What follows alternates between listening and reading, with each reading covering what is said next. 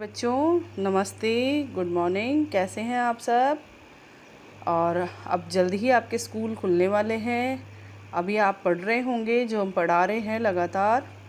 आज हम जयशंकर प्रसाद के बारे में हम पढ़ चुके थे, उनका जीवन परिचय आदि और कृतित्व, कृतियाँ आदि और प्रभो कविता जो हम पढ़ने वाले हैं, जिसमें बताया था कि जो महाकवि प्रसाद हैं वो लेखक और कवि उन्होंने दोनों ही रूपों में अपनी भूमिका का निर्वहन किया है। और उनकी जो प्रभो कविता है वो कानन कुसुम काव्य संग्रह से ली गई है। और इस कविता में ईश्वर की स्तुति की गई है ना, ईश्वर के बारे में बताया है। कवि ने ईश्वर को कैसा बताया? सर्वव्यापक बताया, सर्वशक्तिमान बताया और सब कुछ करने में सक्षम या समर्थ बताया गया है। और उसे अनंत, माया, लीला, दया, सौंदर्य आदि से परिपूर्ण बताया है, युक्त बताया है। समस्त प्रकृति में ईश्वर की ही व्यापकता दिखाई देती है तथा सूर्य चंद्र रूप में उसका भव्य रूप प्रकाशित हो रहा है। तो ईश्वर की कृपा से ही मनुष्य के सारे मनोरथ सफल होते हैं और इसी से सब मानव ईश्वर के प्रति आस्था विश्वास रखते हैं। तो ये सारा इसमें पाठ परिचय में है। अब हम प्रभो कविता पढ़ते हैं। विमल इंदु की विशाल किरणें प्रकाश तेरा बता रही है, अनादि तेरी अनंत माया जगत की लीला दिखा रही है।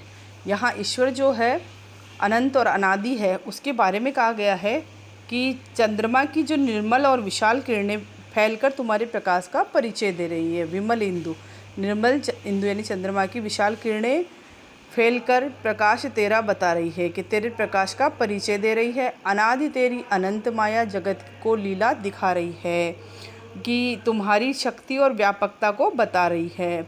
और वे किरणें ये दिखा रही है कि ईश्वर की माया अनादि और अनंत है, कि तेरी माया अनादि और अनंत है। और संसार की लीला की भी यही स्थिति है, यानी वह अनादि और अनंत है। इस तरह की वो स्थितियाँ बता रही है। मतलब कहने का तात्पर्य है कि ईश्वर की लीला कहाँ और कब से प्रारंभ हुई है और कितनी आगे तक है, कितनी उसकी सीमा, ये कोई नहीं जानता है। प्रसार तेरी दया का कितना ये देखना है तो देखे सागर, तेरी प्रशंसा का राग प्यारे तरंग मालाएं गा रही है। कि अब तेरी दया का प्रसार कितना, यानी तेरी दया कहाँ तक फैला हुआ है, ईश्वर की दया का फैलाव या ईश्वर की दया कहाँ तक फैली हुई है।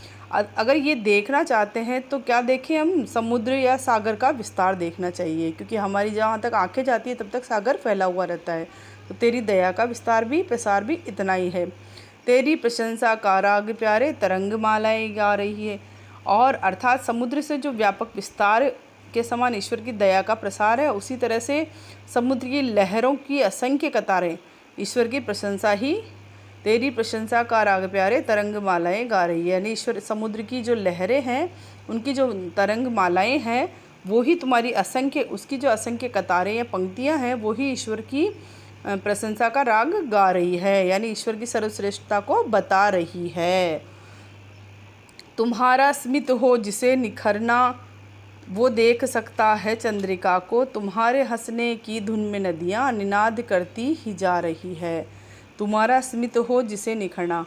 अब कवि प्रसाद जी कह रहे हैं कि हे प्रभु, जिससे तुम्हारी मधुर मुस्कान देखना हो वह चांदनी को देख सकता है। तुम्हारा स्मित हो जिसे निरखना, स्मित यानी हंसी या मुस्कान, जो तुम्हारी मुस्कान देखना चाहे वो देख सकता है चंद्रिका को, वो चांदनी देख सकता है। यानी जिसे तुम्हारी हंसने का शब्द की ध्वनि सुननी है, तुम्हारे हंसने की धुन में नदियाँ निनाद करती जा रही। और जिसको तुम्हारे हंसने के शब्द की ध्वनि सुननी है, वो वास्तव में नदियों की कलकल की ध्वनि सुने। यानी तुम्हारे हंसने की शब्द की ध्वनि किसमें है? नदियों की कलकल में है, निनाद करती ही जा रही है कि नदियों की जो कलकल है उसमें तुम्हारे हंसने की ध्वनि है। विशाल मंदिर की यामिनी में जिसे देखना हो दीपमाला, वो तारक गण की ज्योति उसका पता अनूठा बता रही है। विशाल मंदिर की यामिनी में, अब यहाँ पर कवि कह रहे हैं कि रात्रि में जिससे इस संसार रूपी विशाल मंदिर में दीपकों की कतार देखनी हो, विशाल मंदिर की यामिनी में, यहाँ विशाल मंदिर किसको बताया? इस संसार को, ठीक है ना। तो कि काली रात में, यम की रात में, काली रात में जब इस विशाल मंदिर यानी संसार में की दीपमाला जिसे देखनी हो तो वो क्या देखे? तो रात में चमकते हुए तारों को देखे। तो तारक गण की ज्योति उसका पता अनूठा बता रही है।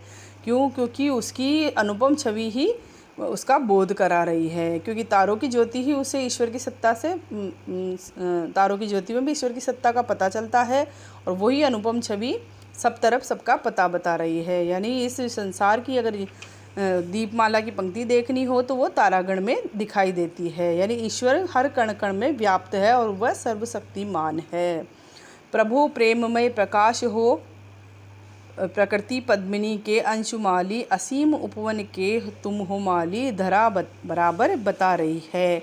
यहाँ पर आगे कवि कह रहे हैं, प्रभु कविता के माध्यम से कवि वर्णन करते हुए कह रहे हैं कि हे ईश्वर, इस समस्त प्रकृति रूपी कमलिनी को विकसित करने वाले सूर्य तुम ही हो। प्रभु प्रेममय प्रकाश तुम हो, प्रकृति पद्मिनी के अंशुमाली, कि ये जो प्रकृति है वो कमलिनी के समान, पद्मिनी यानी कमलिनी के समान, कमल का जो पुष्प होता है ना उसके समान है, और तुम इसके लिए क्या हो? अंशुमाली यानी सूर्य के समान हो। ठीक है ना। तो कि इस प्रकृति रूपी कमलिनी को प्रकाशित करने वाले कि हे प्रभु प्रेम में प्रकाश तुम हो, कि प्रकाशित करने वाले प्रकाश या सूर्य तुम ही हो, कि तुम वो सूर्य ही हो और तुम्हारा ही प्रेममय प्रकाश सब ओर फैल रहा है। असीम उपवन के तुम हो माली, धरा बराबर बता रही है। तुम ही सृष्टि रूपी जो भी उपवन है उसके माली तुम ही हो। ये असीम जो फैला हुआ है यानी सृष्टि रूपी जो उपवन फैला हुआ है उसके तुम माली हो, ये धरा बता रही है। ये धरती बराबर ये बात बता रही है कि उसके पालक और रक्षक, उसके पालनहार तुम ही हो। ये धरती ये बात भी बता रही है। जो तेरी होवे दया निधि, तो पूर्ण होता ही है मनोरथ, सभी ये कहते पुकार करके, यही तो आशा दिला रही है। जो तेरी होवे दयानिधि, कि हे दयानिधि, हे ईश्वर, हे भक्तों पर दया करने वाले, कि अगर तुम्हारी दया हो जाए तो पूर्ण होता ही है मनोरथ, तो सबके मनोरथ यानी मन की जो भी इच्छाएं हैं वो पूर्ण हो जाती है, सारे मनोरथ पूर्ण हो जाते हैं। अगर तुम्हारी हे दयानिधि तुम्हारी दया हो जाए तो सारे मनोरथ पूर्ण हो जाते हैं। इस संसार के सभी लोग यही बात पुकार पुकार करके यही कह रहे हैं, सभी ये कहते हैं पुकार करके, कि सभी व्यक्ति यही पुकार पुकार के बार बार बात कह रहे हैं। यही तो आशा दिला रही है, और यही आस्था जीवन में, संसार में यही आस्था सबके लिए प्रचलित है कि तुम्हारी जिस पर दया हो जाएगी तो उसके सारे मनोरथ पूर्ण हो जाएंगे।